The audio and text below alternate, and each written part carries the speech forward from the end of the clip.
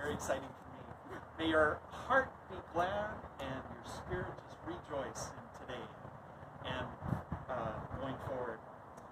It's really quite a blessing for two people to find each other and then love each other so unconditionally that they accept God's plan for this being lifelong partnership. So why don't you just get a little bit closer? You don't have to be so far apart. I'm so used to it now. And now my glasses are fogging up because I didn't practice wearing a mask. So did you know that the bond of marriage is in the Bible? And in Genesis, way back in Genesis 2:24, a man will leave his father and mother and be united to his wife, and they will become one flesh. So after this ceremony, you two are going to be inseparable. You're one. You have one heart. You have one soul. And in Ephesians 5, Paul refers back to that verse when he says, basically, husbands, love your wives as you love yourself. Because, well, the two of you are one flesh. Meaning, Larry, that you take good care of your own body, take as good a care of your wife's as well. And give 100% of yourself to her, just like Christ gave 100% of himself as the bridegroom to us, his bride. And here's why. It's in Proverbs. Now we're one more passage. Proverbs 31. I was so excited to find this chapter. It's pretty cool. It's written by a guy named Lemuel, who was a king. And right in the first verse, he says this: sayings my mother taught me. So Lemuel may be king, but you know what? You don't mess around with mom. So he devotes a whole chapter in the Bible of what his mother's advice was on marriage and on women. Let's see. So she says, don't waste your time with women who want to ruin you.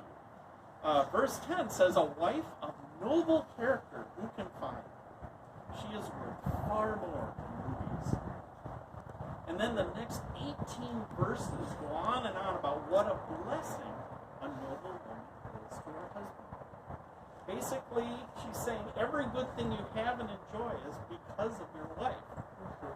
All aspects of your life are influenced by her. And she doesn't pull any punches in this whole chapter. She just lays it right out. And the chapter finishes with mom telling Lemuel to make sure you not only appreciate her, but you tell her that. Tell her that. How much you love her. Like this. Many women, this is in the chapter, many women do noble things, but you surpass them all. Many women do noble things, but you surpass them all. Wouldn't any wife just love to hear that? And it goes the other way. Oh, and So in kind of modern language, it's like best wife ever. Word. That's a So then she ends with this advice. Charm is deceptive and beauty is fleeting, but a woman who fears the Lord is to be praised. Give her the reward she has earned, and let her works bring her praise at the city gate. In other words, just don't forget to brag about her when she's there. Bless her, honor her, talk her up. So the Bible is not a book that's just full of stories or sayings or a big list of do's and don'ts. The Bible is written for our benefit.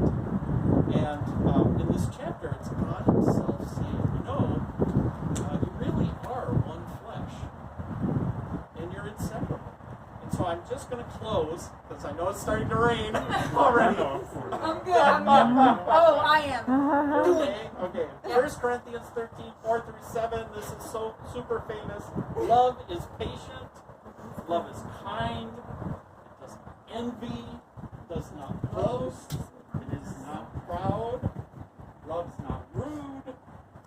Keeps no record of wrongs, It's not self-seeking. It's not easily angered. Love doesn't delight in evil, but rejoices in the truth. Love always protects. Love always trusts. Love always hopes. And love always perseveres. May that be the message for your marriage. Nice move. See, I can take those. All right, so wedding vows. Wedding vows are this long-standing tradition, and it communicates the couple's commitment not only to each other, but to their family and friends, wherever they are. So, Larry, please repeat after me. These are kind of long. I love you, Hannah. I love you. And I know that God has ordained this love. And I know that God has ordained this love. Because of this, I desire to be your husband. Because of this, I desire to be your husband. Together, we will be vessels for his service in accordance with his plan. Together, we will be vessels for his service in accordance to his plan. So that in all areas of our life, Christ will have the preeminence. So that Christ may have the preeminence. Through the pressures of the present and the uncertainties of the future. Through the pressures of the present and the uncertainties of the future. I promise to be faithful to you. I promise to be faithful to you. I promise to love, I promise to love, guide, guide, and protect you as Christ does this church. Christ does this, And as long as we both are alive. as long as we both are alive. According to Ephesians 5, and with his enabling power. Sorry. According to Ephesians 5, in accordance to his enabling power.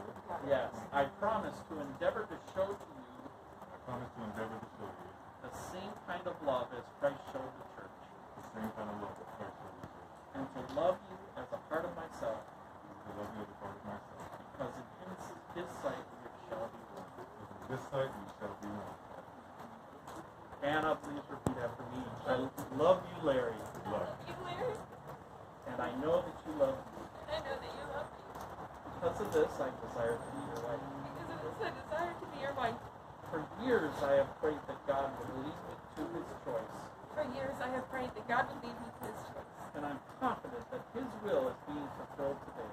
I'm confident that his will is being fulfilled today. Through the pressures of the present and the uncertainties of the future, Through the pressures of the present and the uncertainties of the future, I promise to be faithful to you. I promise to be faithful to you. I will love, serve, and obey you I will love, serve, and obey you as long as we both are alive. as long as we both are alive. Christ told us that the wife must submit herself unto her husband as unto the Lord. Christ told us that a wife should submit herself unto her husband as we do unto the Lord. For as Christ is head of the church, For as Christ is head of the church, so is the husband head of his wife. so is the husband head of his wife. Larry, I submit myself to you, Larry, I submit myself to you, because in his sight we shall be one. because in his sight we shall be one. Alright. So commit to the Lord whatever you do, and he will establish your plans. May the Lord make this marriage a holy and great adventure, and may it be filled with both his peace and your joy. May he bless you all the days of your life. In Jesus' name.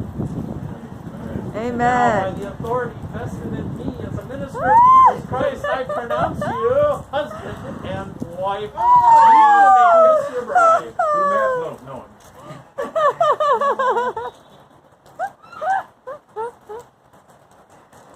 How do you feel? I'm married to you. You did it.